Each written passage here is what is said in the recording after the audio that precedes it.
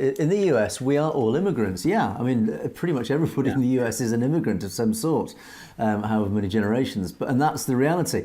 What Trump's whole program is about illegal immigrants. And again, there's no racism. There's nothing. There's no hidden agenda here. Is if you are here in the US illegally, you therefore by definition should not be here. That's what it's all about. So there's actually nothing wrong with what he's doing, and this is why he was elected. That's the reason why this is happening. But I think what is going on, and clearly this is very interesting take on what is actually going on, because this really highlights something that we've often talked about, and this is India. India once again being very cynical, very mischievous, and very deliberate in what they're doing here. There's a very clear agenda. The big question you have to ask: why are they doing it? Why is this misinformation being spread? What's it achieving? Well, it's achieving something very clear.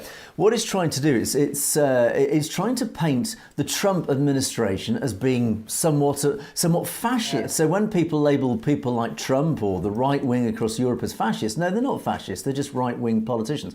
So, but it's this fear of fascism that is being deliberately used and abused by the Indian administration, by the Indian government, and of course by that read the RSS and Hindutva.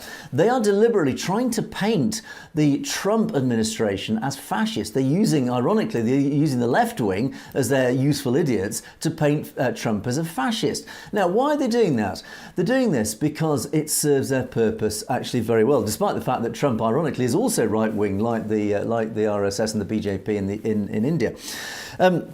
But what it does, it serves their agenda. Their agenda is to damage and divide the minorities amongst the Indian diaspora, of course, including the Hindus, not just the Sikhs, but the Hindus as well, and of course the Muslim population. They're trying to create division. And this is what fascism is all about. It's about fear.